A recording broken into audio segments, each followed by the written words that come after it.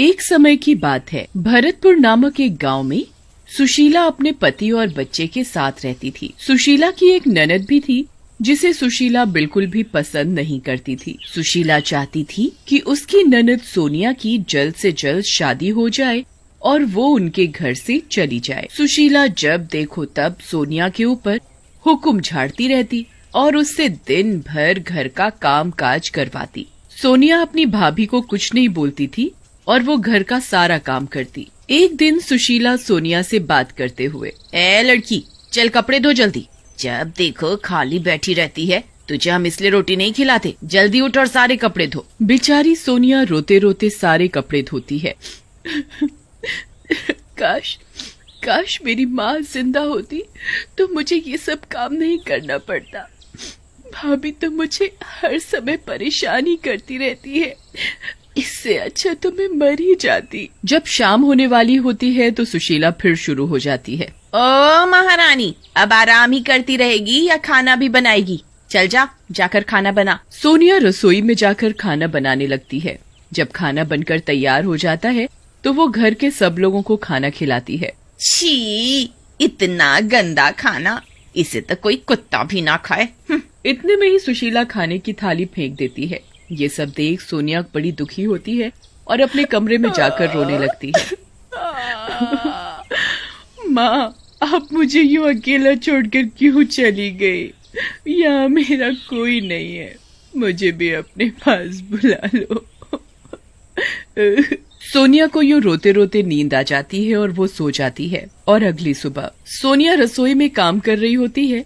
तभी सुशीला रसोई में आकर सोनिया से कहती है, देख सोनिया, होली का त्योहार आने वाला है और घर में बहुत सारा काम है। पूरे घर की साफ सफाई करनी है, गुजिया बनानी है और भी तैयारियां करनी है। भाभी, आप चिंता न करें, मैं सब कर लूंगी। होली का नाम सुनकर सोनिया को एक पल के लिए अपने पुराने दिन याद आ जाते हैं। वो भी क्या दिन थे जब मैं और मेरी सहेली मिलकर होली का त्योहार बड़ी धूमधाम से मनाते थे। हम सब आपस में होली खेलते थे। कितना समय हो गया होली खेले हुए, अब तो सिर्फ पुरानी यादें ही रह गई हैं। जब माँ जिंदा थी तब मैं अपनी सहेलियों के साथ खूब होली खेला करती थी। कितना शौक था मुझे होली खेलने का, लेकिन जब से भाभी शादी करके आई तो मैं कभी होली खेल ही नहीं पाई। बस सारा दिन होली पर काम ही करती रह जाती हूँ। तभी बच्चे सुशीला के पास शोर मचाते हुए आते हैं। कल होली है माँ, हमें होली के लिए रंग और पिचकारी चाहिए। ठीक है, मैं तुम्हें शाम को बाजार से होली का सामान दिला लाऊंगी। सोनिया भी बच्चों की बात सुनकर हिम्मत जुटाकर सुशीला से कहती है, भाभी, आप बच्चों के लिए रंग और पिचकारी लेने जाओगे तो मेरे लिए भी ला देना। तेरी उम्र है होली खेलने की, जा, घर में कितना काम पड़ा है, जाकर काम कर। सोनिया कुछ नहीं कहती है और चुपचाप अपने काम में लग जाती है और काम करते हुए वो रोती जा रही थी। कुछ देर में शाम होने वाली थी। सुशीला अपने कमरे में बैठी आराम से टीवी देख रही थी तो वो सोनिया को आवाज लगाती है, सोनिया, ओ सोनिया, कहाँ मर गई? एक बार में तो उसे कभी सुनाई नहीं देता। हाँ भाभी। कहाँ थी? कितनी देर से तुझे आवाज लगा रही थी, पता नहीं कब तू मेरा पीछा छोड़ेगी। भाभी, आप ऐसा क्यों कह रहे हो? जबान लड़ाती है मुझसे। नहीं भाभी, ऐसा नहीं है, मैं तो बस क्या पागल समझा है मुझे? देख, परसों होली है और घर का जितना भी काम है सब खत्म हो जाना चाहिए। मुझे कुछ बहाना नहीं चाहिए, होली की और तैयारी भी करनी है। भाभी, सब हो जाएगा।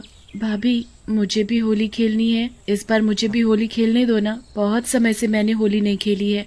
क्या करेगी तू होली खेलकर? अब तू बड़ी हो गई है, यूँ तेरा होली खेलना अच्छा है क्या? नहीं खेलनी होली। सोनिया मन ही मन बड़ी दुखी होती है और सोचती है, भाभी तो मुझे होली खेलने नहीं देगी। सभी लोग होली खेलते हैं पर मैं क्यों नहीं खेल सकती? काश माँ जिंदा होती तो वो मुझे कभी मना नहीं करती। तभी सुशीला सोनिया से कहती है, मैं बाजार जा रही हूँ, तू घर का ध्यान रखना, कहीं इधर उधर मत चली जाना। सुशीला बाजार से होली का सामान लेने चली जाती है और सोनिया फिर अपने काम में लग जाती है। काम करते करते उसकी आंख लग जाती है और वो सो जाती है। तभी सुशीला भी बाजार से होली का सामान लेकर आ जाती है।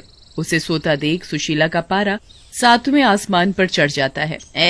ओ महारानी, तू काम कर रही थी या सो रही थी? वो भाभी, पता ही नहीं चला कब आंख लग गई और मुझे नींद आ गई। सुशीला सोनिया को खूब खरी खोटी सुनाती है और अपने कमरे में चली जाती है। सोनिया अपने भाभी के ताने सुन सुनकर तंग आ गई थी। रात भी बहुत हो चुकी थी। जब घर के सभी लोग सोए हुए थे तो सोनिया घर से निकल जाती है।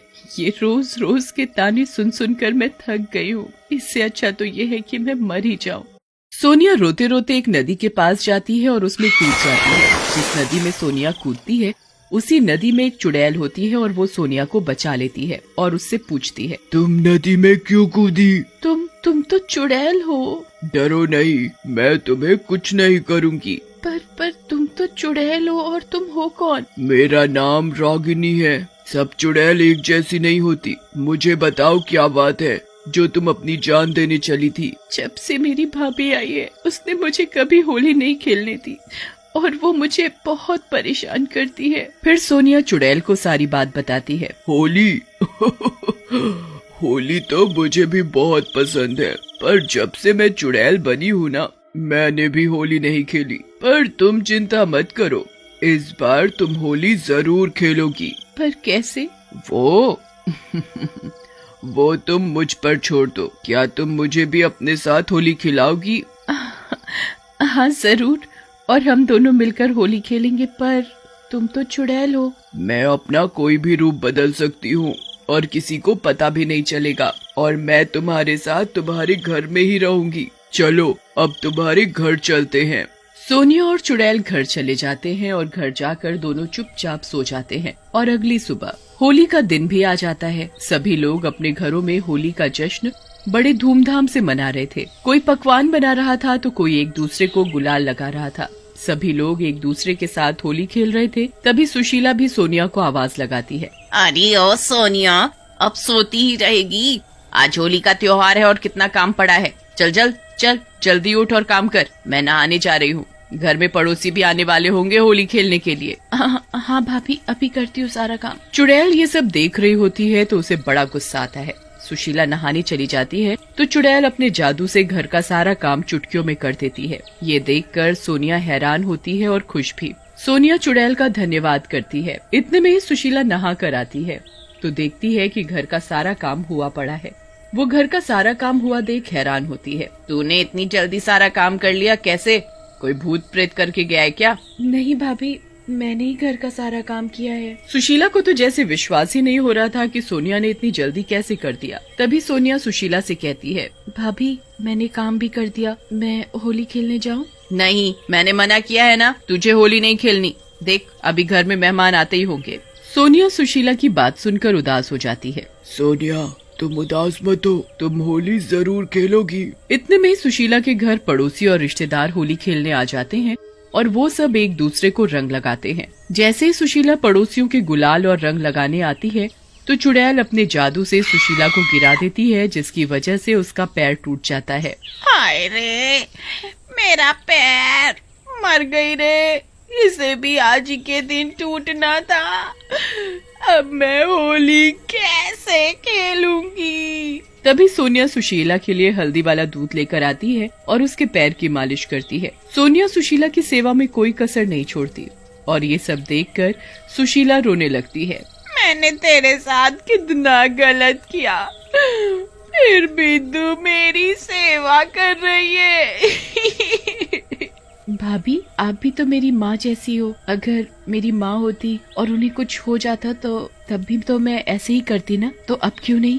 तभी सुशीला का पति और उसके घर आए सभी पड़ोसी और रिश्तेदार सुशीला से कहते हैं, देखा सुशीला, तुमने तो कभी सोनिया की कदर ही नहीं की और इसने तुम्हें हमेशा अपनी माँ जैसा समझा। मैं अपने किए पर शर्मिंदा हूँ, मुझे माफ कर दे सोनिया। नहीं भाभी आप ऐसा मत बोलो, आप तो मेरी माँ जैसी हो। तभी सुशीला सोनिया से कहती है, सोनिया तुझे होली खेलना पसंद है ना? जाकर खेल ले होली। नहीं भाभी मुझे नहीं खेलनी होली, वैसे भी आपकी तबीयत ठीक नहीं है। मैं कह रही हूँ ना, जा खेल ले होली। सोनिया खुश हो जाती है और वो अपनी भाभी से कहती है कि मेरे साथ और कोई भी है, वो भी मेरे साथ होली खेलेगी। तभी चुड़ैल सबके सामने आती है तो सभी लोग चुड़ैल को देखकर डर जाते हैं। चुड़ैल? ये तो चुड़ैल है। डरो मत, मैं तुम्हें कुछ नहीं करूँगी। तभी सोनिया चुड़ैल के बारे में सभी लोगों को बताती है। इसे भी होली खेलना अच्छा लगता है, ये भी हमारे साथ होली खेलेगी। हाँ, क्यों नहीं, ये भी हमारे साथ होली खेलेगी। फिर चुड़ैल और सोनिया सभी लोगों के साथ जमकर होली खेलते हैं